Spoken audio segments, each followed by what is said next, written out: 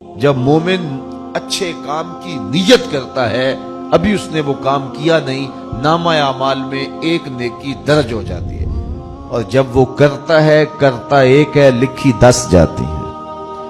اللہ اکبر۔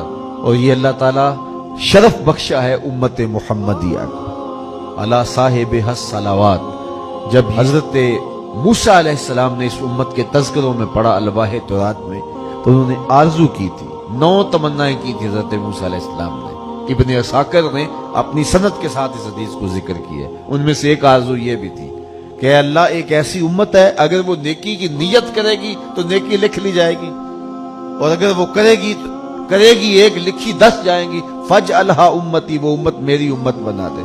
قالت تلک امت احمد صلی اللہ علیہ وسلم، کہا یہ میرے پیارے احمد کی امت ہے۔ ایک نیکی کریں گے ثواب 10 کی صورت میں لکھا ہے۔ حضرت رابعہ بصری سلام اللہ علیہا تشریف فرما تھی کہ خادمہ نے خبر دی کہ کوئی 5-4 مہمان آئے ہیں، فرمایا ان کو بٹھاؤ اور ان کو کھانا کھلاؤ۔ تو خادمہ نے عرض کی کہ باورچی خانے میں تو صرف 1 روٹی پڑی ہے اور مہمان 5-6 ہیں۔ آپ نے فرمایا اچھا، اس روٹی کو جا کے باہر خیرات کراؤ۔ خادمہ گئی اور خیرات کرائی۔ حضرت رابعہ بصریہ کا حکم تھا، ورنہ عقل تو یہی کہتی ہے کہ ایک اور ہے، باقی اور حاصل کی جائیں اور مہمانوں کی خاطر مدارت کی جائے۔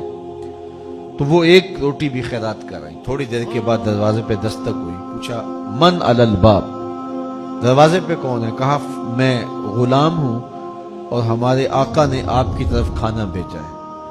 خادمہ نے کھانا وصول کیا، حضرت رابعہ کو کہا کہ یہ کسی نے کھانا بھیجا ہے۔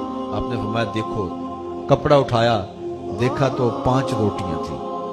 کہا کہ وہ کسی اور کے گھر بھیجا ہوگا اس کے آقا نے، وہ غلطی سے ہمارے گھر آ گیا، جاؤ اسے جلدی واپس دے جو، یہ کھانا ہمارا نہیں ہے۔ تو کھانا واپس کر دیا گیا۔ پھر دروازے پہ دستک ہوئی، من دق الباب، دروازہ کس نے کھٹکھٹایا ہے؟ کہا کہ میں فلاں آقا کا غلام ہوں، میرے آقا نے آپ کے لیے کھانا بھیجا ہے۔ خادمہ نے وصول کیا۔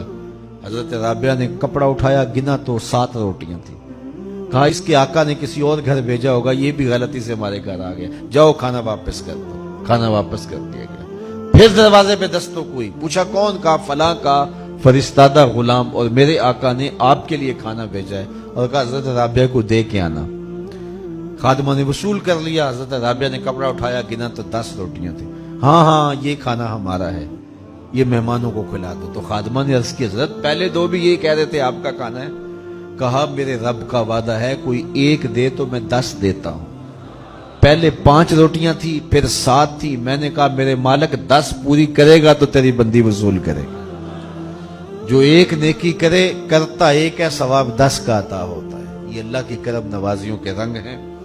تو کہا اعمال کا دار و مدار نیت پر ہے، ہم اپنی نیتوں کے حسن کا اہتمام کریں۔ جو تھوڑا بھی عمل کریں لیکن نیت کی خوبصورتی ہو تو پھر وہ عمل ہوگا۔ اللہ طیب ہے، طیب کو پسند کرتا ہے، اور صرف اسی عمل کو پسند کرتا ہے جو اس کی رضا کے لیے کیا جائے۔ میرے اور آپ کے آقا و مولا نے ارشاد فرمایا کہ وَرَجُلٌ تَصَدَّقَ بِصَدَقَةٍ فَأَخْفَاهَا حَتَّى لَا تَعْلَمَ شِمَالُهُ مَا تُنْفِقُ يَمِينُهُ، وہ شخص جس نے صدقہ کیا اور اتنے مخفی انداز میں کیا کہ جو دائیں نے خرچ کیا بائیں کو پتہ بھی نہ چلا۔ قیامت کے دن جب کوئی سایہ نہیں ہوگا، اللہ اس شخص کو اپنے عرش کا ٹھنڈا سایہ عطا فرمائے۔